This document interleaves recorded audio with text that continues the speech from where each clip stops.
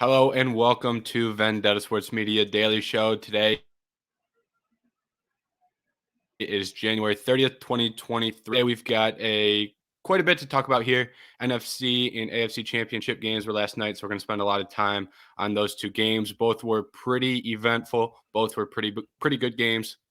Well, the one was not a good game. It was a blowout, but there's still a lot to talk about with it. And then once we're done with that, we'll roll into some Aaron Rodgers talk. And if we have time, we're going to break into some NBA stuff with the LeBron and Jason Tatum. I don't want to say controversy because that's not really the right word. I guess the controversy is more surrounding the officiating of that game. So, and if we have time, we'll roll into Joel Embiid's impressive string of performances here. So that's kind of what we have on the docket for today. As far as Vendetta events, we don't really have much since Friday. We added two new writers, and they introduced themselves in the general. So that's exciting. Nothing. Not going to say much more there. Probably we'll see them on the site soon with some articles. Hopefully. Hoping these two can make it. Yeah. Yeah. Both have good backgrounds, it looks like. So I am excited. One in the MMA section, which I am pumped about. So hopefully we can see how that goes. I won't say anything else regarding that. Maybe in the future there will be some updates there. And last thing for Vendetta events, because we don't really have much, is this is the second week of the Daily Show. First week went well, 5 for 5 on getting podcasts done. So shout out to everyone that went on and made it a good week. But other than that, let's roll right into the games. Jack, you go ahead, take it away with the Eagles and Niners because you are the Eagles guy, and your team's in the Super Bowl. How's it feel? But it feels great. I was really nervous going into the game throughout the week. Each day getting closer, just getting more and more nervous.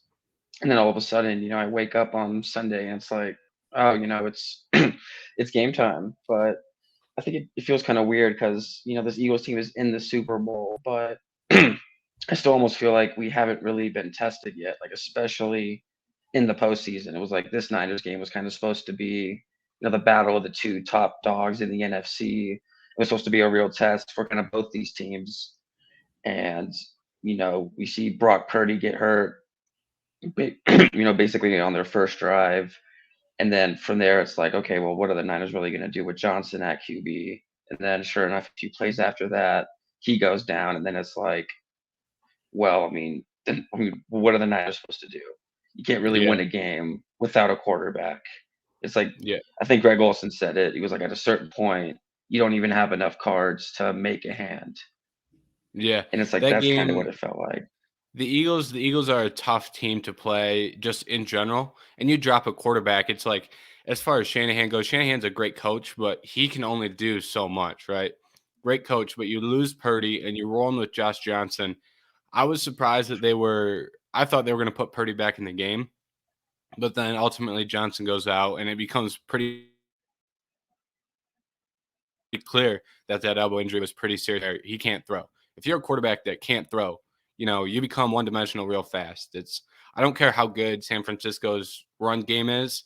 You're not just going to be able to run it down the throat of the Eagles defense with zero play action game, zero versatility at all. It's just not going to work.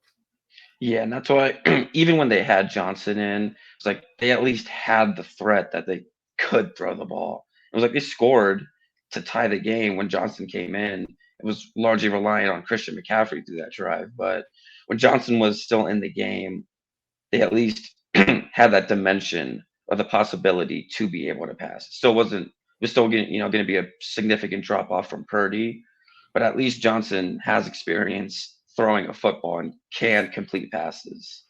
Yeah, Johnson was terrible that game, but like you said, it's better to have terrible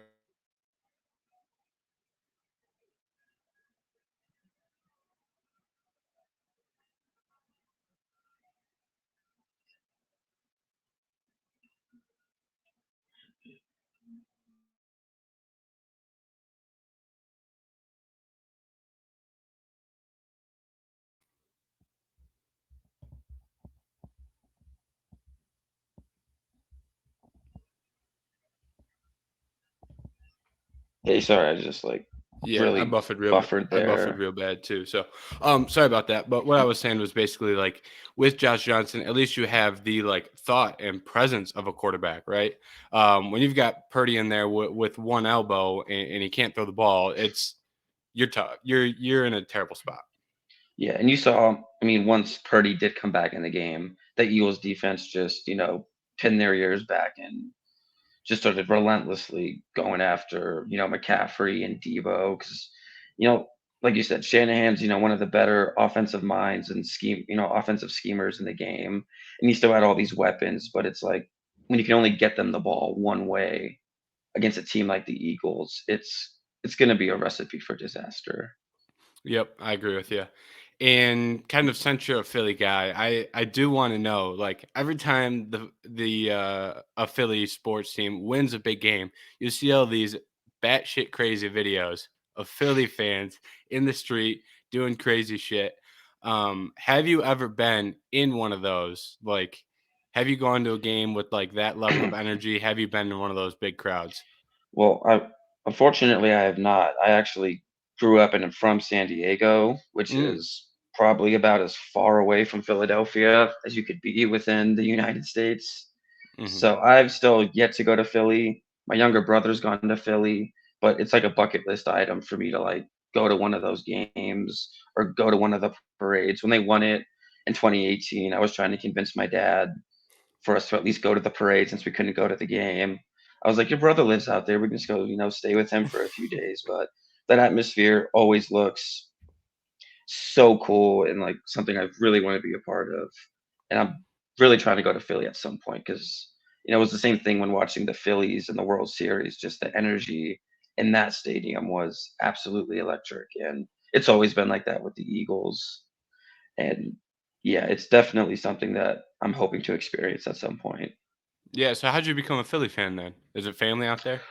My dad is from Philly. He was pretty much raised in Philly his whole life. Like I said, one of his brothers still lives out there, so he's kind of brainwashed me very effectively, and it just kind of stuck. Yeah. That's like the Eagles fans, you see the Eagles fans all the time and they're ruthless and wild. The Phillies fans, I feel like aren't it's obviously the same people, but there's something about the vibe of the Phillies games where it's like just something about it, especially because it's baseball is such a build up sport. Like there isn't action every single second. So it's like there was the video of I think it was Bryce Harper, I may be wrong, but Bryce Harper hitting a home run and the crowd goes absolutely wild. And I'm like, those are the types of games where that's the type of game you wanna be at. Yeah, it was probably his home run against the Padres to basically send us to the World Series. And I think the difference with the Philadelphia Philly fans was that it had been so long. I mean, it had been over Mhm. 10 years since they had even made the playoffs. And this is in, Philadelphia, which isn't some, small market team that, struggles with money and putting teams together like, the Mariners were or something like that. It's like you're in one of the bigger sports markets in America, and it's like you're not making the playoffs for 10 years. You're going to have some restless fans who are desperate to see some playoff baseball. And that's kind of what I think, everyone saw was just fans who were desperate for playoff baseball. Yeah. I think there's something interesting about this Eagles team too, because you guys obviously went to the Super Bowl, I don't remember what year it was off the top of my head. 2018, I think. The, 2018? Yeah, the, but the with 2017-18 season. yeah, within the last 5 years, like, recent memory, like, you've seen it happen, but this team is so much different than that last team. Different quarterback, different difference makers all around. This team is so much different. So it's kind of like it's almost special in its own right to see like Hurts put it together and play an outstanding game. See Devonta Smith and AJ Brown make these big plays. So this team is like completely reworked from like a personnel standpoint, new head coach as well. So like that growth in itself has been so incredibly impressive, especially with what Sirianni has done there and he's gotten out of Hurts. Yeah, I definitely agree. I think Howie Roseman deserves a lot of credit too. He obviously, during the Chip Kelly days, he basically gave all power to Chip Kelly and became basically he was the general manager, but really had no say in the team. And then the Chip Kelly era obviously ended about as poorly as possible. Mhm. and then he comes back in as general manager, builds a Super Bowl roster, gets the Eagles a ring, and then in the years after that, the Eagles kind of have their letdown seasons, and Eagle fans, as they notoriously are, fire Howie Roseman, he's terrible, fire Howie, and then he comes right back, and we had that 4 or 5 win season where he fired Doug Peterson, and it's not even a rebuild. Howie just goes out and reloads essentially, as they would have put together this amazing roster. And you say that the team's a little different from the 2018 team. That's definitely true, but I think it's also kind of similar in terms of the Mhm. roster construction. Because the big thing about that 2018 team was also the pass rush that it had, and the fact that they had so many guys. Fletcher Cox, who was a little more in his prime, Brandon Graham, Bo Allen was on that team, Vinny Curry, Derek Barnett. It was kind of that same thing as we see now, where there were just so many guys who could get to the quarterback. And that 2018 team was also a team where they weren't really relying on the quarterback. I mean, Nick Foles came in as the backup and took that team to the Super Bowl. It's kind of the same thing where all the pieces around them were put together really well and all came together for a Super Bowl. And I think that's kind of what we're seeing with this team, where Hurts took that step, which I think was very necessary for this team's success. Mhm. But you're also seeing all the pieces around him that Howie's built in the last few years on that offensive line and on that defensive Yeah, that offensive line is absolutely crazy. That's like line. I feel like over the last couple years, there's been a wave in the NFL of like acquiring skill talent, which I think is like obviously a good plan and it works. But consistently, teams that have good O lines, like there's something to be said for a team that can win in the trench and get way more success long term. And the Eagles are a prime example of they're able to dominate offensively in the trenches and defensively, and that has really led them to the success they have now. And when you have a quarterback like Hurts, if you can have a good line in front of him, you can get real creative with that run scheme, and that's what they have been able to do there. Um, and then kind of moving forward, right? There's a big story here with the Empire State Building.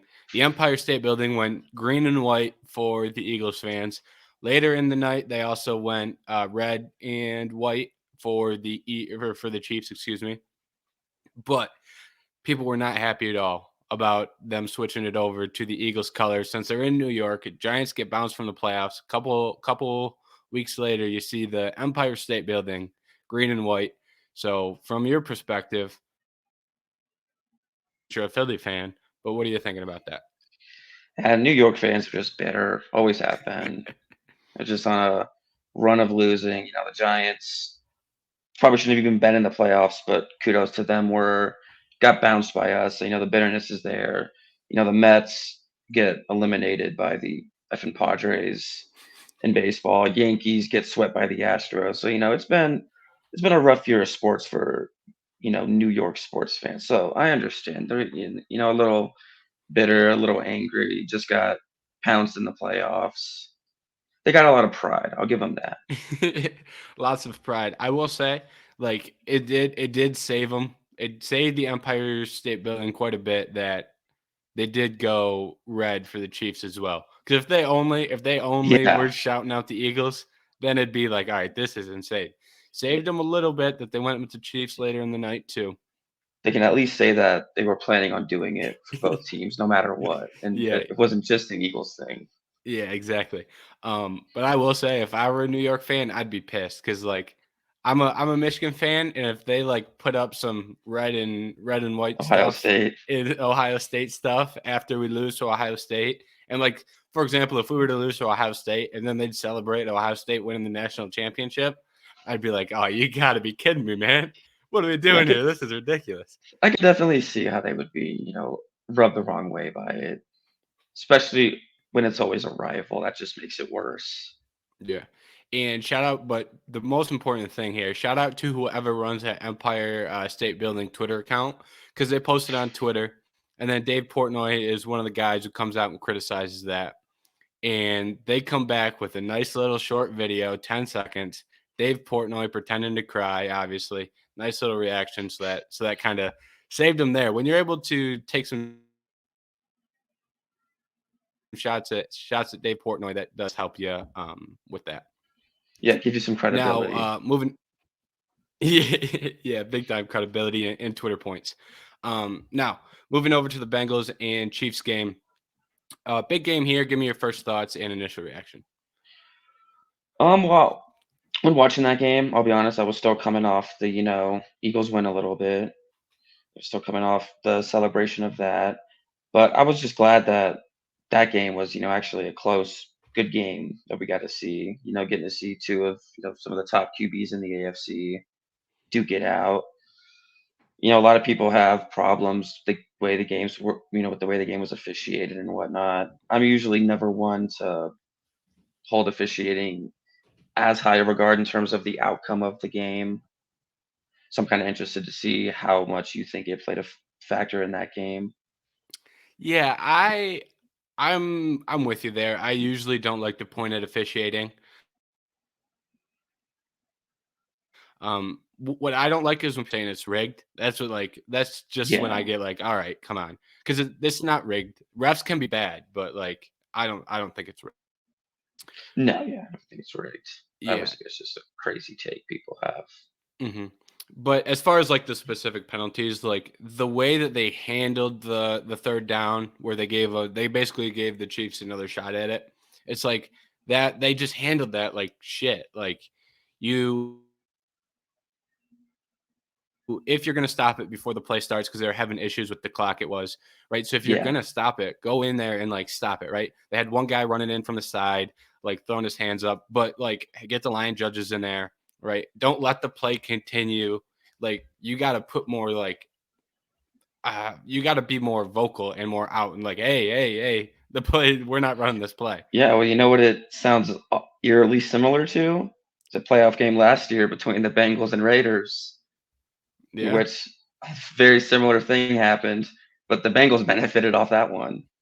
hmm Everyone heard a whistle Yeah. and the play go on. I just think it's kind of funny how it comes full circle in that regard. Yeah, that's a good point. And then like with the play after that, for example, they get Eli Apple for a hold. It was a hold. Yeah, And in the long scheme of things, right, it's like it didn't affect the outcome of that game that much because they end up still yeah, they still getting end the up getting punt the on that ball, drives. and, So and then they get the ball with a 2-minute drill with three timeouts to try to end the game. yep. They had a chance there to end it on that drive, and they don't give up points on the drive where they have all the bad officiating. And it's like it's I get how it affects the game because it changes field position a little Yeah, bit. It changes time a little bit, but it's like we made a mistake here. I'm not going to hang that as like the whole game. It sucks. It really sucks, but it's not the end all be all there. yeah. And And go ahead. I was gonna say another thing that I've seen, people on the internet talk about, especially in regards to that Osaya hit at the end, when people say like, "Oh, well, the ref shouldn't be, dictating the fate of the game in the last 10 seconds," and it's like, well, that was a pretty clear penalty. Like both of his feet were out of bounds, and then he shoves them. It's like I agree that refs most of the time shouldn't dictate the ending of a game like that, but it's like when it's that clear of a foul, it's like you can't just not do anything. It's like they're there to enforce the rules. Yeah, I'm with you on that. That's exactly what I was gonna say, right? That's a penalty. You call the penalty. In terms of like final second stuff and like not having that big of an outcome on a game, I think that's more true if it's like a nit-nacky pass interference or a hold, because you can call a hold on just about any Yeah. play in Just football. holding every play in the NFL. Yeah, especially in the trenches. So if it's one of those where it's real close, real nitnacky, like that's fine. Then if you don't want them calling it in that scenario, but if a guy has both feet out of bounds, that's the time where you have to make that call. So I'm with you there. I think they made the right call. But more importantly, you just can't make that mistake, right? You just Yeah. can't. And I felt so bad for him because Osaya had such a good game up until that point and had played so good in his role and then just goes in and just flat out makes a stupid play. It was a dumb play. He knows it. and I just felt so bad for him because obviously, he wasn't doing it intentionally or anything. It was just the game's so fast, and you got to make decisions in a split second, and he just made the wrong one, Yeah, and that's like, it just hurts to because see as a fan. yeah, that's like, it's not like he's not. I'm not watching that going, oh, he's trying to hurt him. Right? Yeah, Like, there's no ill intent there. So I'm with you on that. It sucks from a fan perspective, and we talked about this a little bit beforehand before we recorded as well. But there was Jermaine. There's a video of Jermaine Pratt like yelling at him in the tunnel, like, "Why would you touch the quarterback?" And I'm like, that is like, for me, it's like he's right, right? You made the wrong play, but it's like yeah, that would, because like I've made mistakes in football games, right? Not to that level, right? I'm not playing in yeah. the Not on that AFC stage. champion. Yeah, I'm talking high school in front of, you know 100 people, right? But Yeah, it's like when you make a mistake as an athlete, especially in a team sport, like I'm sure but it's like I bet he's like, I let every single one of my teammates down because so yeah. I much mean, had to just go right. So many people had to make good plays to get there. That getting crap from your teammate probably hurts worse than anything that you can get on social media. yeah. I mean, the guy's crying on the sideline after the game. It's like the last thing he needs from a teammate is you stating the obvious. Like, why would you touch the quarterback? As if he hasn't been saying that to himself for the last hour and a half. Yeah. I just think it's being a bad teammate, frankly. I mean, I played sports all my life, obviously, like you said, not on any stage as big as this. And obviously, yes, he's right. Why would you touch the quarterback? But in that moment, as a teammate, you don't need to be saying that to him. Or if you do, that's not the way you go about it. You don't just scream it at him in the middle of a tunnel where everyone's recording it. And obviously emotions are high in that moment. Hmm. Everyone's, they're probably as upset and angry as they're going to be. So I get it. But he's a young kid who made a bad play, and he obviously realizes it, and it's like you just yelling at him in the tunnel that he made a stupid play. Like, what does that do? It doesn't fix anything. He's not going to be like, oh, you know what, you're right. Let me go back and not push him. Yeah, exactly. And on the complete opposite side of that, we had BJ Hill, who there was a they were when they were interviewing Osai, he was standing Yeah. there like, this is our guy. Next question. Yeah. Yeah, and nobody has anything bad to say about this guy. So it's like you've got like Jermaine Pratt, obviously, who it's not the best way to go about it. Not going to sit here and grill the guy about it, but you also had guys like BJ Hill, who Yeah. shout out to him for being the opposite side of that. It's a true teammate right there. That's what you Yeah, need in a moment like that. Is a teammate doing that, not yelling at you the obvious. yeah. And we've talked quite a bit about this Bengals and Chiefs game, but we have not talked about like the actual game itself. So I guess my biggest takeaway from the game was like Patrick Mahomes' ability on one ankle. Like, the Yeah, guy he's so good. is, yeah, it's like he had some mistakes, right? And you could tell at times the ankle was affecting him. But there were so many things stacked against that Chiefs offense, whether it be his ankle, whether it be Juju getting hurt, right? There were a lot of issues out there. Kelsey wasn't 100%. I mean, he was a Yep. game time decision. Not 100%. They had Sky Moore out there who isn't really Hasn't great. yeah, hasn't played like all season. Kemp, I can't remember his first name, but he's pretty much unheard of before this game, and found a way to move the ball, right? Whether it was Pacheco had some nice runs, some clutch runs. He had one where he ran through a guy to get to a first down. Nice play. Yeah. So they had a lot of guys step up, and I was really impressed with the way that offense looked. Yeah, no, I thought especially with all the with the news with Kelsey and Mahomes wasn't gonna be 100%. And then we saw, like Juju go down. I thought the Chiefs offense was, definitely gonna be struggling to get the ball moving because it's like, they still got some of the pieces and you still got Mahomes, but it's like they're all kind of worn out and breaking down on the spot.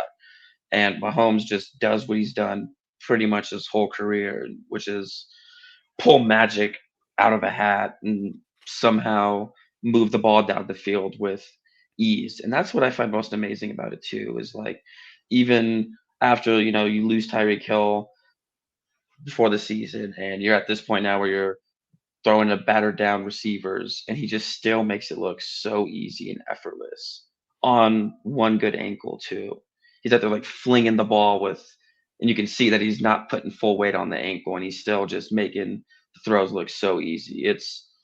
I'm glad I get to watch it, frankly. Yeah, I agree with you on that. And shout out to Marquez Valdez-Scantling, who had a really nice game, one of the better games of his career when they really needed someone to step up, right? Whether it was him, whether it was Sky Moore, they needed people to step up, and Valdez-Scantling did. So, Yeah, and Sky Moore had that huge punt return too. yeah, good point. That helped set them up before the, you know, 15-yard penalty. But yeah, I mean, for that Chiefs game, it was just about guys other than Mahomes needing to step up. And credit to that Chiefs secondary too. I mean, people were talking about it, how injured they were. I mean, they had guys I've never even heard of and at the secondary at some point. And all things considered, they definitely limited that Bengals offense, especially that receiving core that should have had a field day, all things considered.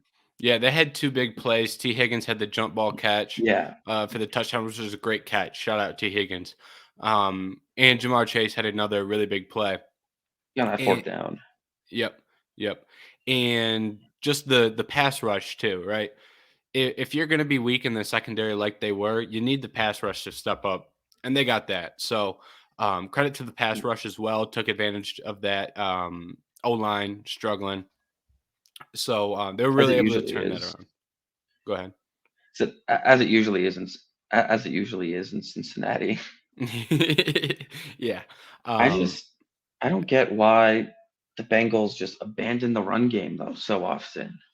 I yeah. don't get it. I talked about it when I did their preview when they played the Ravens. I was like, you have this great receiving core. We all know it.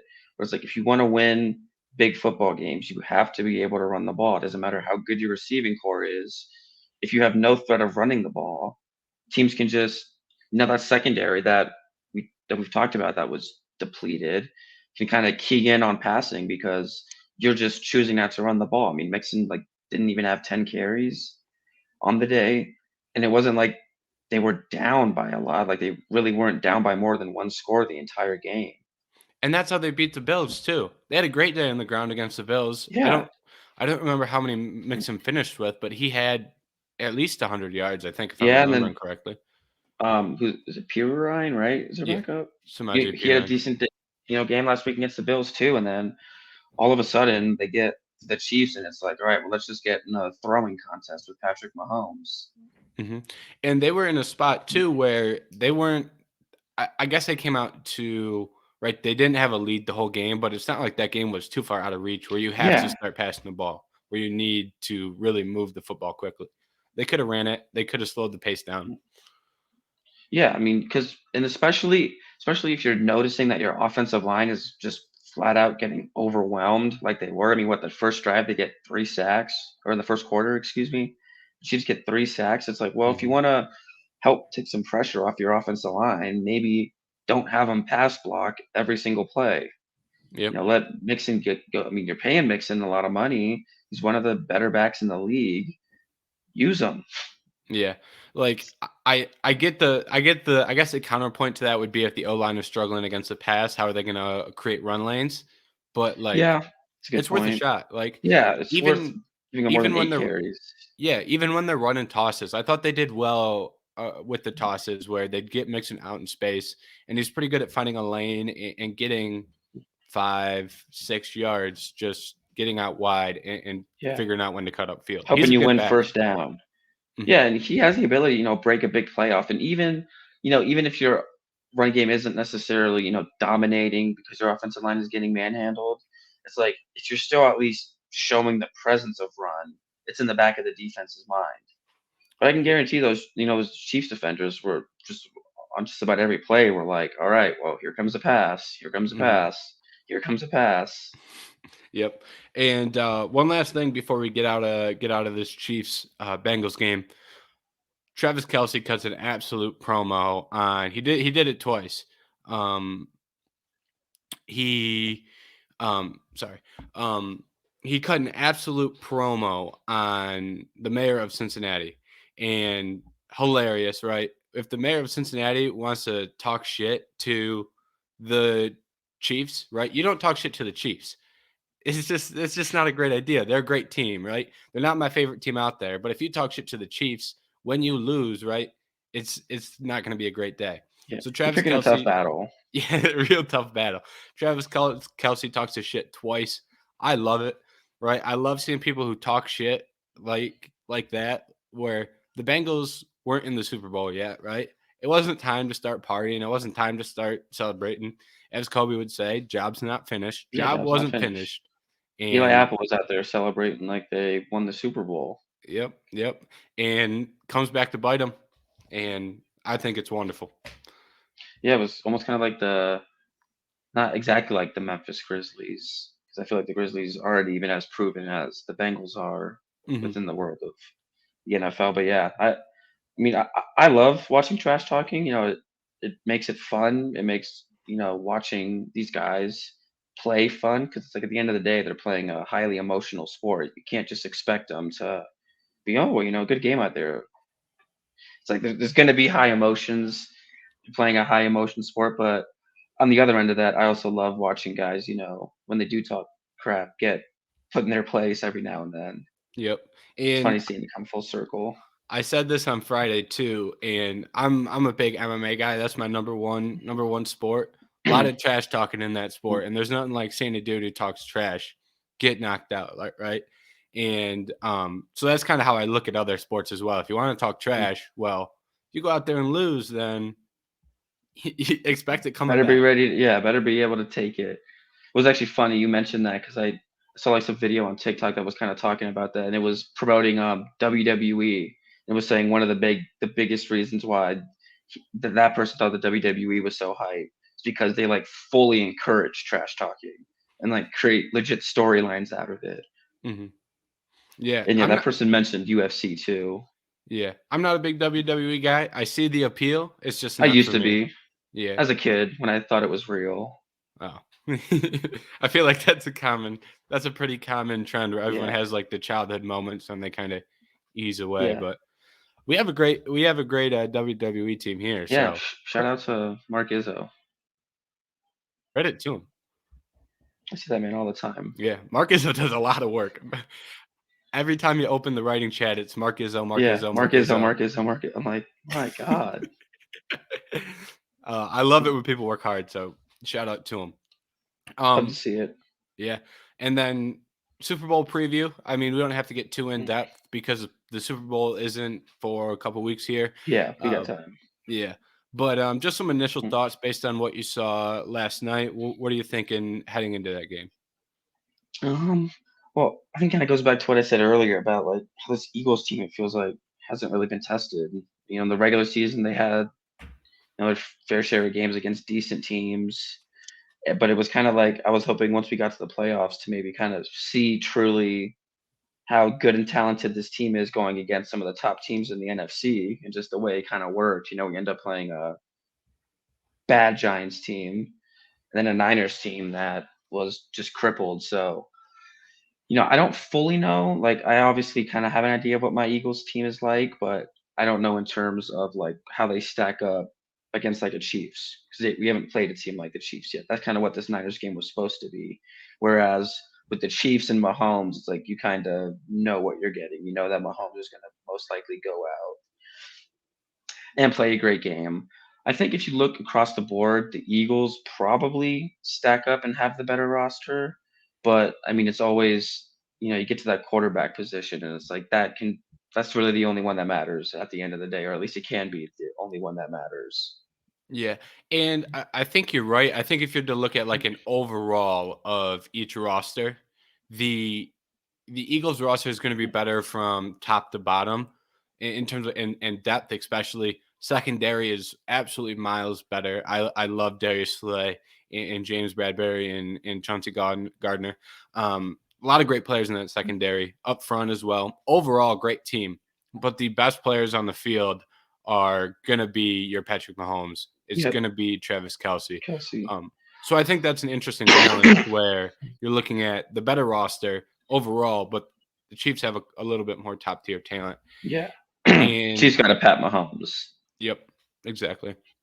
But I'm interested to see how that Chiefs offense looks. I think we'll be able to tell pretty early in that game how healthy is Mahomes, how healthy is Kelce, and are they able to move the ball? Because like even against the Bengals, they were able to move the ball. They just couldn't finish early. I think they Yeah. had field goals on their first two possessions.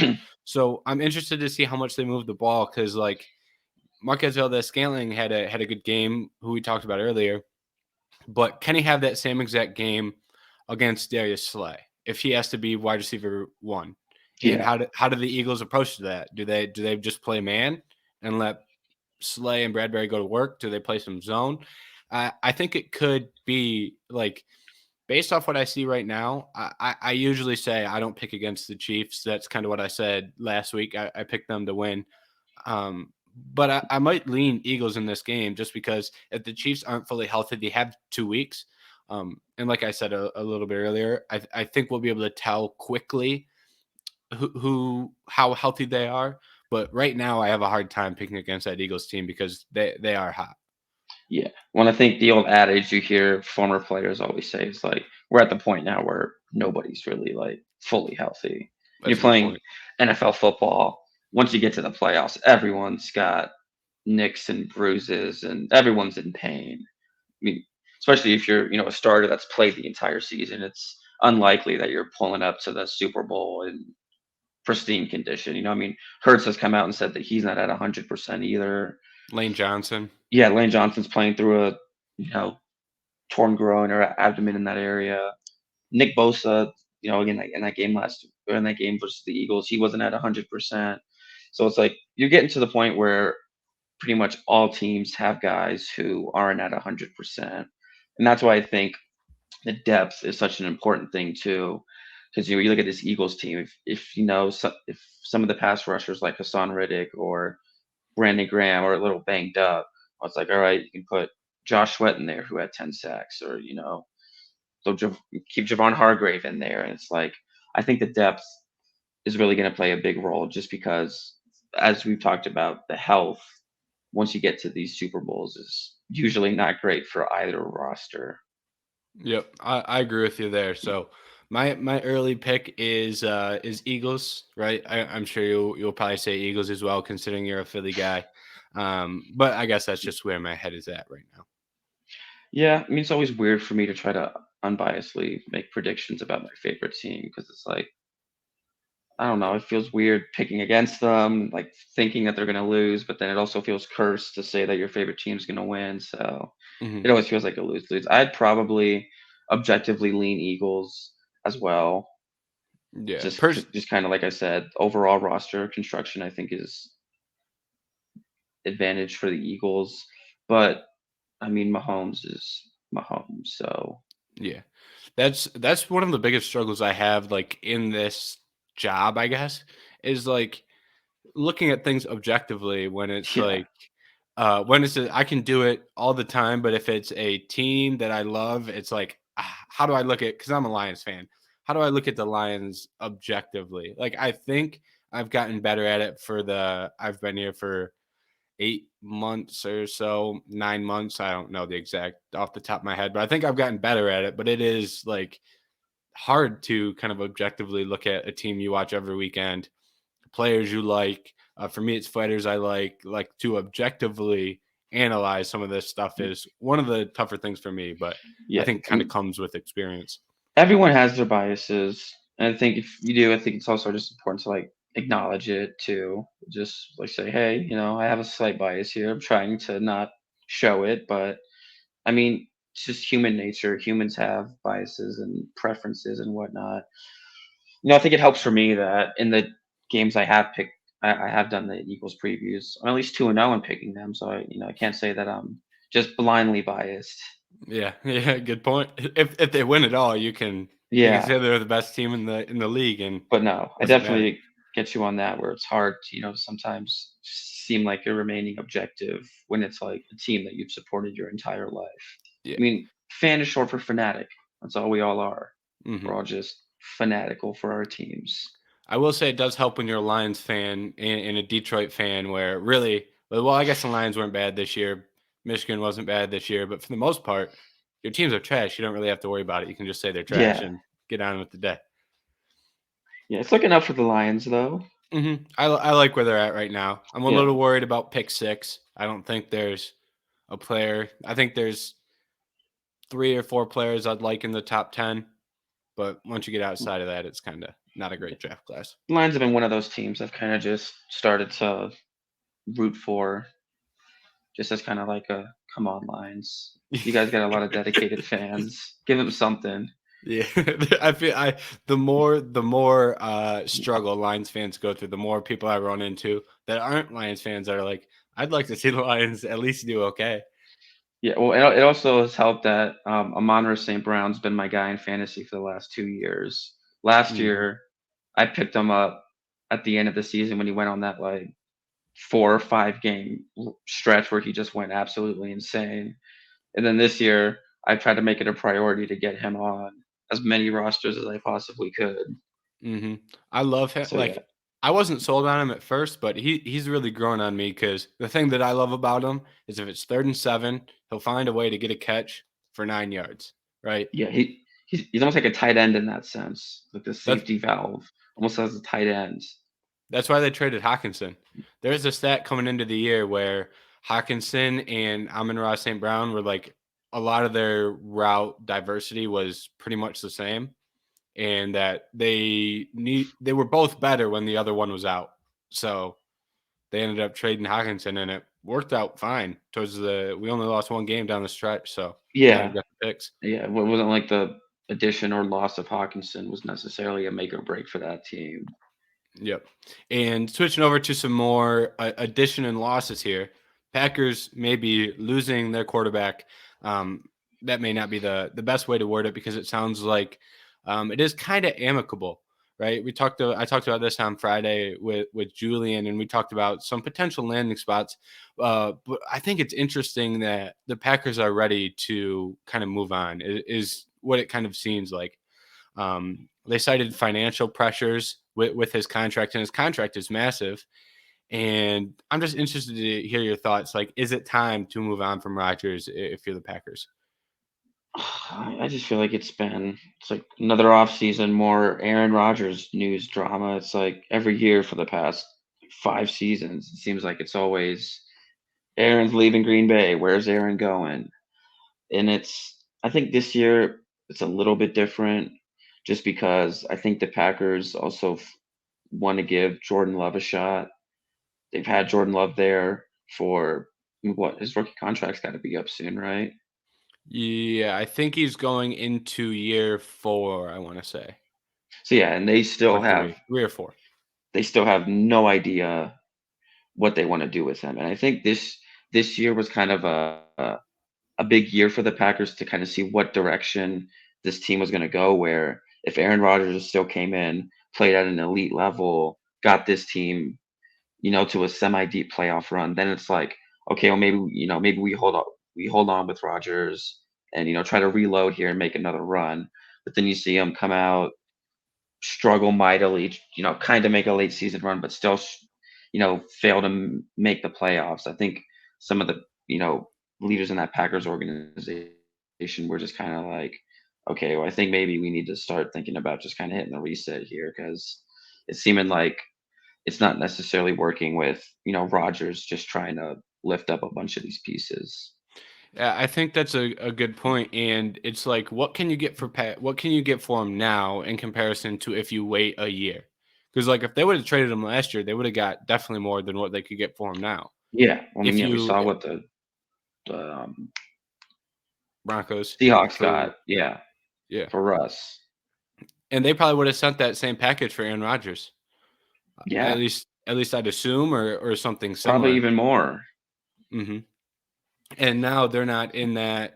They're not going to get nearly that deal. In part because that deal didn't work out. So I think you're going to have owners and Yeah, GMs teams are who scared now. teams may be scared. And also, Rodgers didn't play incredibly well. Yeah, he wasn't bad, but he wasn't as good as he's been in the Yeah, past. And he if he wasn't normal takes Aaron Rodgers standards. and if he takes another step back, then now you're in troublesome territory. Yeah, now you're So paying a guy a lot. God tier amount of money. And the other thing is, once you get Aaron Rodgers, he's not your franchise guy. So Yeah, it's how much do you give up for a guy who you want 1 or 2 years out of? yeah. Who at the best is gonna, give you 2, 3 years. Mhm. Yep. At bet if you get 3 years out of Aaron Rodgers, that should be considered a Yeah, that's celebration. probably the best case scenario. Yep. Mhm. And I don't think I wouldn't be optimistic for that to happen at all. Yeah, and I think that point makes it interesting as to like where exactly he'll go, because it's like people have mentioned the Jets, but it's like I don't know, because the Jets seem like a team where they're kind of trying to build something that can last for the foreseeable future. And yes, they do need that quarterback, but it's like, do you really want to sell out your future and all your picks and probably a key player or two for a QB rental? It's like, are you that desperate to win right now? Yeah, I think somebody's gonna pull the trigger. I'm with you where I think the Jets make a level of sense where they need a quarterback, right? But at the end of the day, if you have to overpay for Aaron Rodgers, you're kind of you spent all this time building up what you have right now, and to kind of flush that down the drain or at least set yourself back, I'm not sure that it's worth it. I still think Indianapolis is gonna make a play here. Well, yeah, of course. I Well, don't actually, think they no. should. I don't think they Aaron Rodgers should. isn't enough past his prime for Jim Irsay to be interested. Like I don't think the Colts should make that move or even attempt to. I don't think they should pick up the phone, but I think that's something that they're gonna be interested in from like a predictive standpoint, not like what hey, I think they should do this. Yeah. How about your old Lions? No, Get no, no. dirty and bring in Aaron Rodgers. No, no, no, no. We don't need to get too crazy. But I have no clue what the Lions are going to do at quarterback. Jared Goff isn't bad, but he's Yeah, Jared they just Goff. said they're thinking of sticking with him for the foreseeable future. Yeah, it's like you're not getting a quarterback at 6 this year, like that can really help you win next year. Like I don't really want Will Levis or Anthony Richardson. If Bryce Young somehow manages to fall to 6, maybe we can have that conversation. But I just don't see a quarterback that can actually help the Lions improve. Yeah, Jared Goff just seems like that.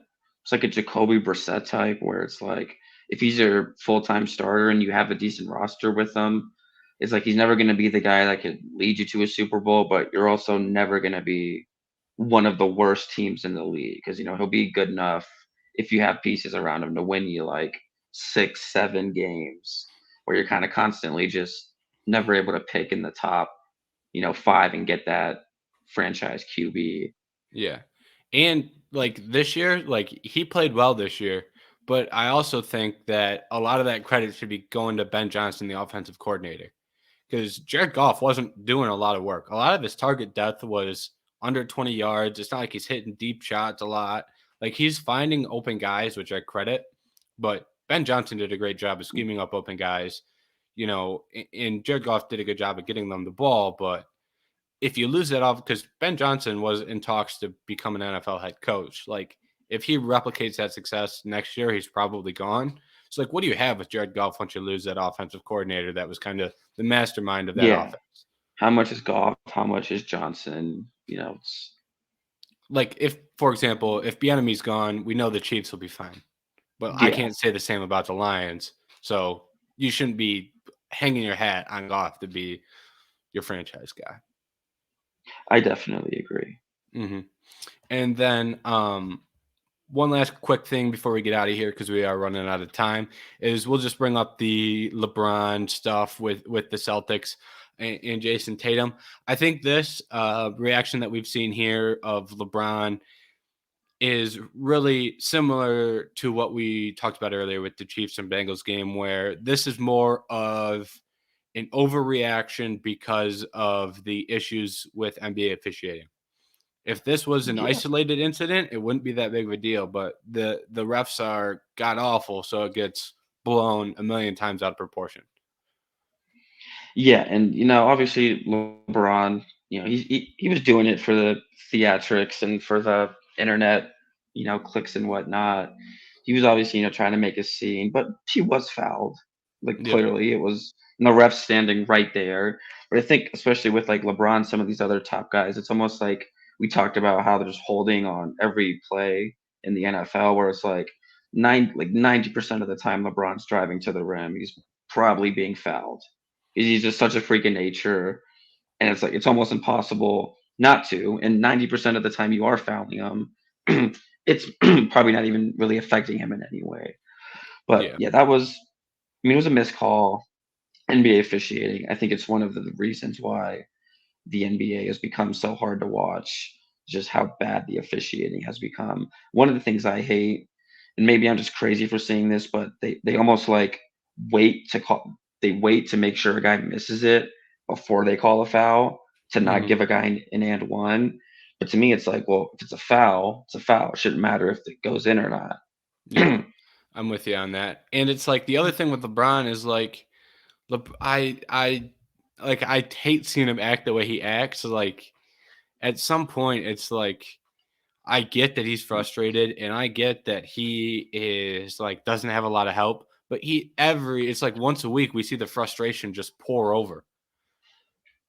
Yeah, and I mean, LeBron is he's used to winning, and now he's on this Lakers team that isn't. And I mean, he's still obviously playing at an elite level, which is just mind-boggling to me. But no, I can definitely see how it's frustrating. Especially a game like that. It's like it was just like the straw that broke the camel's back. It's like you're trying to win a game on the road in Boston. Would have been a big win for morale and whatnot. And then it's like you get hacked to all hell, and the ref just stands there looking right at you. It doesn't call it. It's like I Mhm. obviously understand the frustration, but it's like there's no need to throw a hissy fit on the sideline. Yep, I'm with you there. If you are gonna react, I like the way Pat Bev reacts. Right, at least That be was funny. funny. At least be funny Grab the about it. camera. That was funny. Yeah. Shout out. I'm not the biggest Pat Bev fan. Like I don't hate the guy. But I'm neutral on him. But when he Yeah, does stuff like that, sometimes I think he takes it just too far, where he's too much of a hater. yeah, Like I didn't like the thing he did with Dame, where Dame like cooked him all day, and then the Lakers ended up winning, but Dame still absolutely went off, and then Pat Bev was like making fun of his Dame time celebration. It's like, yeah, well, I mean, he he got still cooked. cooked you. He still cooked you. You guys won, but I wouldn't necessarily be making it out like you were out here locking up Dame. Yeah. When Pat Bev hits, he hits hard. But sometimes Yeah, I'm like, all right, man, this is and I not the respect time. that. Yeah, I respect it too. All right. You've got places to be. I got stuff to do, and we got 50 some odd minutes in the book. We talked about the games, so I say we call it here. But Jack, I agree. think it was a good show. Thank you for coming on, and shout out to your Eagles. Go Birds, fly Eagles, fly, baby. All right, we'll see you.